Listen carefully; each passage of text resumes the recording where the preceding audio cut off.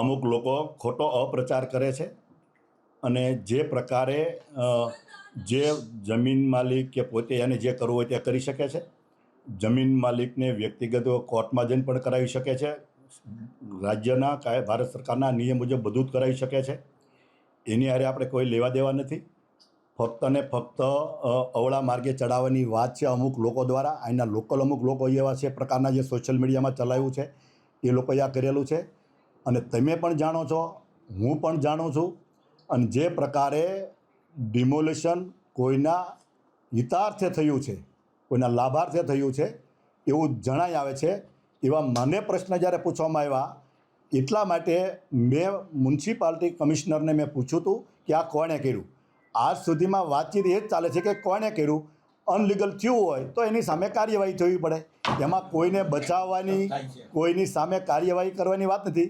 પણ અમુક લોકોને કદાચ અમુક લોકો વાયા મારફત પણ કાંઈક ને કાંઈક આવા પ્રવૃત્તિઓ કરી રહ્યા છે. એટલે હું એવું માનું છું કે તટસ્થ ઉચ્ચ સ્તરીય તપાસ થવી જોઈએ. અને જે લોકો આમાં સામેલ છે, કાયદો હાથમાં લીધો છે, ચાહે કોઈ પણ કોમ હોય, હું એવું માનું છું કે મારે વ્યક્તિ કે કોઈ કોમ હારે કે કોઈ બીજી વિશેષ લેવા દેવા નથી. અને જે પ્રકારે મેં પૂછ્યું છે આમાં અમુક લોકોને તેલ રેડાનું છે. હવે સ્વાભાવિક છે કે તમે જ્યારે મને પૂછો છો તો મારી પાસે માહિતી નથી, એટલે મેં કમિશનરને પૂછ્યું.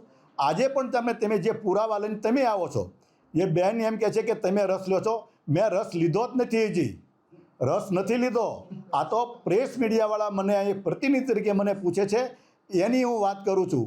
હું નથી હજી કોઈને કહેવા ગયો, નથી હું કોઈને મળવા ગયો, નથી મેં કોઈ લેખિત અરજી કરી. મીડિયા મને પૂછે છે અને મીડિયા જે પ્રકારે બિલ્ડરની કે જમીન માલિકની કે કોર્પોરેશનના અધિકારીઓની વાત કરે છે એ પ્રકારે તમે મીડિયાને મેં જવાબ આપ્યા છે અને મારા મંતવ્ય મેં રજૂ કર્યા છે. એમાં તો શું કોઈને એવું તેલ રડાઈ ગયું કે આને આમ કર્યું તેમ કર્યું. એનો જે પ્રશ્ન જેહાદીઓને તમે હવે આ બધા જેહાદીઓ છે તો જેહાદીઓ નહીં રહેવા પડે. જેહાદી હોય તો એને અહીંથી મોકલી દેવા પડે બાંગ્લાદેશ. જે જેહાદી હોય એટલે જે બાંગ્લાદેશ ઘૂસપેઠિયા હોય એમને કીધું ઘૂસપેઠિયાને તમે આવું કરો છો. ઘૂસપેઠિયા હોય એને રહેવા જ ન દેવા જોઈએ. અને એ તો હું જ એની રજૂઆત તો હું જ કરું છું. અને અમારી આગળની સંકલનની કમિશનરની મિટિંગમાં અમે પૂછેલી માહિતીઓ છે અને એમાંથી પોલીસે કામગીરી પણ કરી છે અહીંથી ઘૂસપેઠિયાને કાઢવાની. હજી આવી રીતે ચાલી છે. હવે એ તો એમ કે ભાઈ આના કેમ આનું કેમ છે, પણ એને કોઈએ કાંઈક કીધું છે. અને એક હિન્દુત્વના મુદ્દા પર કોઈ પ્રશ્ન મને કરે તો મને લાગે છે કે અમે અમારી જુવાની આમાં અમે ખતમ કરી છે.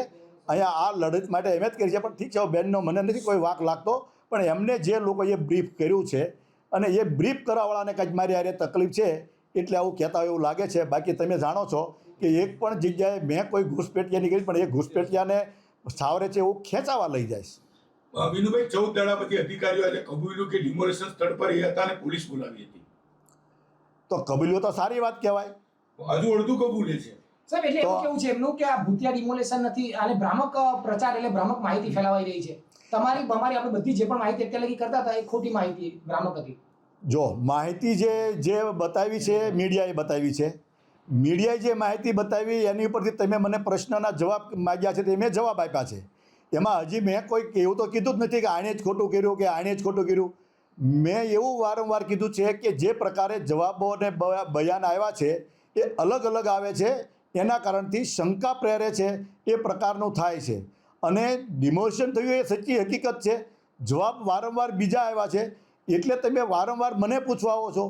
મને જે લાગે છે હું તમને શંકાનું કહું છું. મેં હજી કોઈને દોષિત તો ગણ્યા નથી કે આ દોષિત છે, આ જ છે. પરંતુ જે પ્રાથમિક પુરાવો તમે જે મને બતાવો છો, હું જાણવા નથી ગયો, હું પૂછવા નથી ગયો. મને તો એટલું લાગ્યું કે જે તમે પૂછો છો તો મને જે લાગ્યું એ મેં જવાબ આપ્યા છે. પણ આમાં તકલીફ કોને પડે છે એ સમજાતું નથી. બાંગ્લાદેશીઓને ઘૂસપેઠિયાઓને કાઢવા માટેની મારી મુહિમ ચાલુ છે, આ અત્યારની નથી. આ તો કાલે ડિમોલિશન આવ્યું.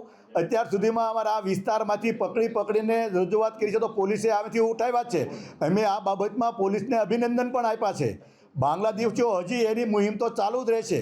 ઘૂસપેઠિયા છે ચાલુ રહેશે, અસામાજિક તત્વો છે એની સામે ચાલુ રહેશે, ડગિસ્ટો છે એની અમે રજૂઆત મેં કરેલી છે. કયા પોઈન્ટ ઉપર થાય છે એની રજૂઆત મેં પોલીસ કમિશનરની સંકલનમાં કરેલી છે જે વિસ્તારમાં થાય. પણ હવે એ તો ઠીક છે, એમને કદાચ પરિચય પૂરો મારો નથી, પરંતુ આમાં કોઈના લાભાર્થે કોઈ બ્રીફિંગ કર્યું છે એમને અને એમને ખ્યાલ, એનો કોઈ ઈરાદો ખરાબ હોઈ ન શકે. પરંતુ એમને જે બ્રીફિંગ થયું છે એના આધાર ઉપર એ વાત કરી રહ્યા છે. પરંતુ અહીંયા તમે મીડિયા બધા જ મીડિયા જગત હાજર છે, અહીંના પબ્લિક, અહીંના લોકો હાજર છે અને એ બધા જાણે છે કે હું શું કરી રહ્યો છું.